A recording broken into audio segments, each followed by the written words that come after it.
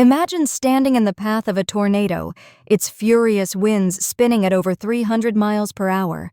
Can anything man-made match this raw power?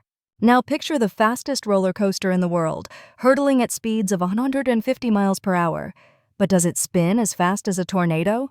Side by side, the tornado's spinning winds far outpace the roller coaster's loops. But which one feels more thrilling to experience? Nature's fury or human innovation, both are awe-inspiring in their own way. If this blew your mind, like, share, and follow for more amazing comparisons.